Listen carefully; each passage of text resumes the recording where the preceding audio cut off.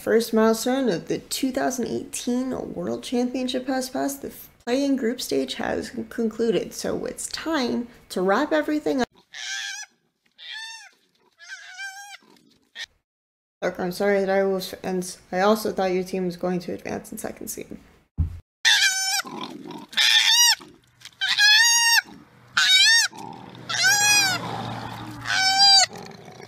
My awful acting and really sad attempts at humor aside, the play-in group stage is finally concluded, so I thought it was time to do something a little bit different from what we have previously, which is highlight one team going in forward, and instead talk a little bit about the kinds of games we're going to see in the coming days.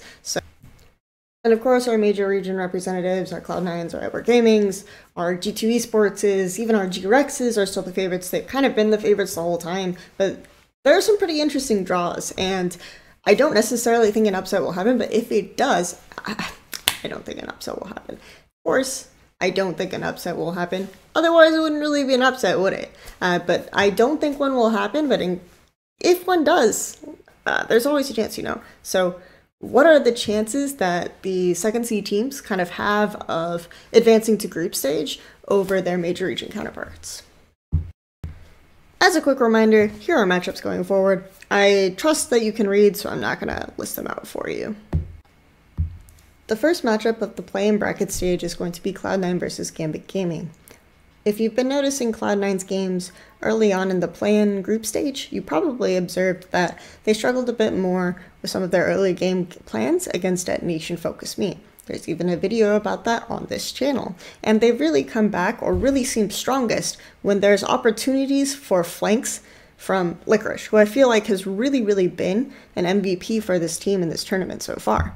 But let's talk about those early games. I picked this clip of Kaboom versus Cloud9 just to say that Blabber's pathing hasn't seemed thought out, and this isn't necessarily just his fault. I feel like Cloud9 aren't necessarily coming to every game with a very good early game plan. He spends a lot of time sort of going for full clears, which aren't always bad depending on the champion pick, but then his actions either waste time looking for useless ganks or he ends up encountering the enemy jungle, which just gives way more opening for the opponent if they have a better plan and if they have a better strategy for executing what they want to execute in the early game.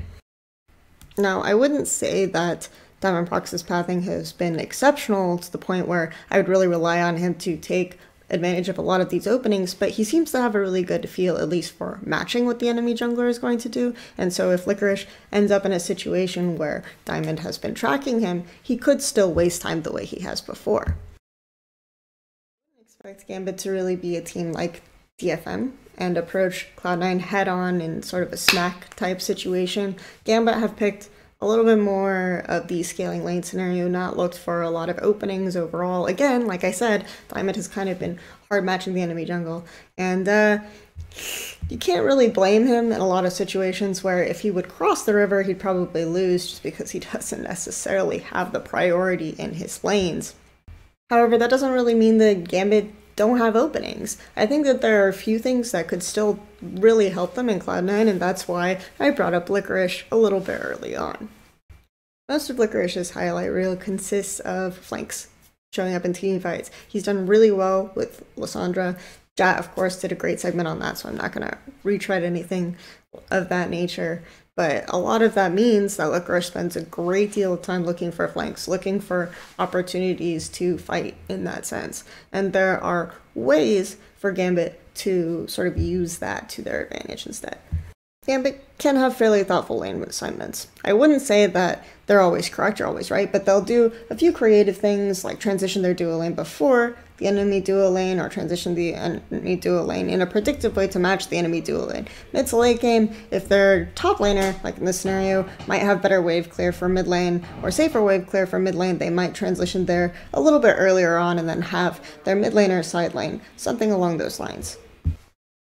That's just to say that while you might not always think of PvE Stejos as the super hard side laning top laner, they have a lot of options for maybe having their duo lane, their AD carry take teleport and match a top laner from Cloud9. So I really think that if they want to win team fights and they want to do successfully in team fights in the way that they've been playing out the play-in stage so far, they really need to have a strong side lane champion, either from mid lane or somewhere else, that will really lock Licorice down and keep him from pushing wave and grouping and getting good flanks, so that they can have their 4v4 or their 3v3 or what have you really get an advantage for them in situations where it'll matter.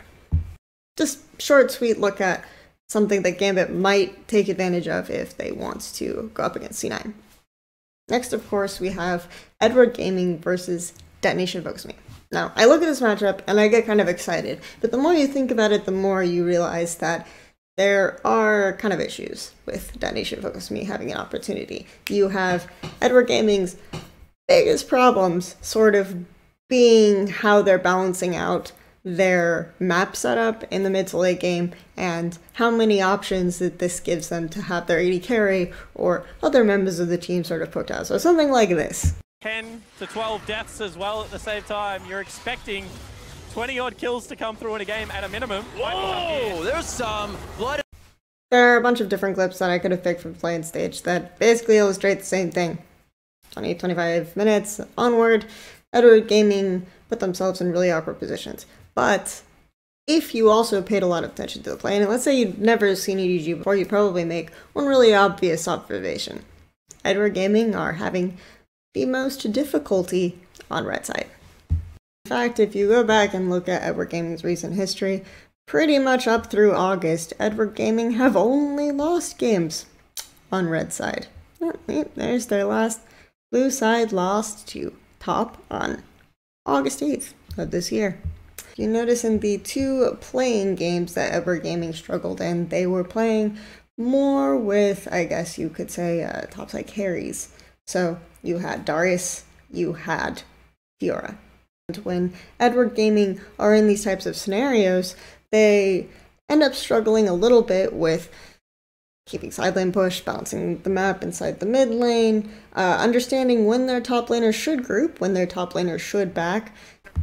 Sometimes he triggers TP when he should really just let his team disengage and keep pressure in the bottom lane and do more for them that way. Sometimes he spends a lot of time doing camps or looks for opportunities to flanks when he really should not. And then he'll end up backing a little bit later than the enemy top laner, get back out on the map later, and either allow his team to get caught or get caught himself in these types of scenarios.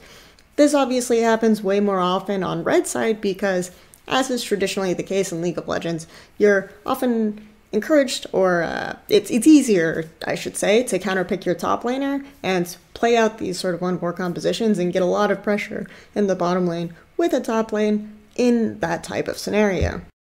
Obviously, DFM will probably only get 2 lose-out games in this series since EDward Gaming are the higher seed, so they'll probably get side selection in 3 of the 5 games.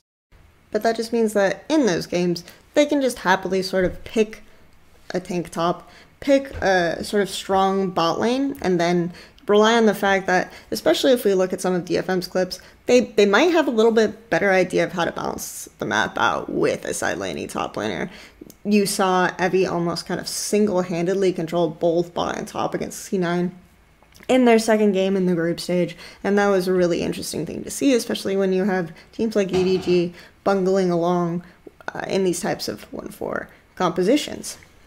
To just sort of discuss this concept a little bit more, I think a lot of times teams will play with red side counterpick, top lane counterpick, and 1-4 setups because it's kind of hard to face check or to get control on Baron just the way that the map is set up, right? Because you have the Baron pit, right? And you have the gigantic wall. So you either jump over and face check and then get caught and are sort of stuck there, or on blue side, you have a little bit more option to fan out the vision, a little bit safer pathways here and there, and better and more easily controlled choke points in some way. You have to have certain champions to check Baron from red side a little bit better without the top line pressure. But if you have a top line pressure, then it's easier to pull champions to the other side of the map and know that you can check Baron at that point.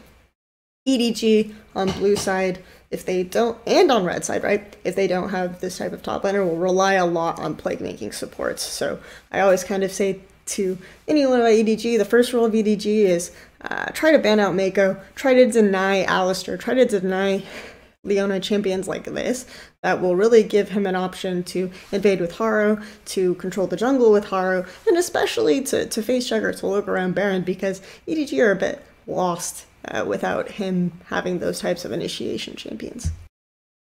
Thank you for watching. Hopefully that gave you some insight into what I'm thinking about Cloud9 versus Gambit and EDG versus DFM. A little bit later I'll have a video out about Infinity versus G2 Esports, and of course G-Rex versus Supermassive.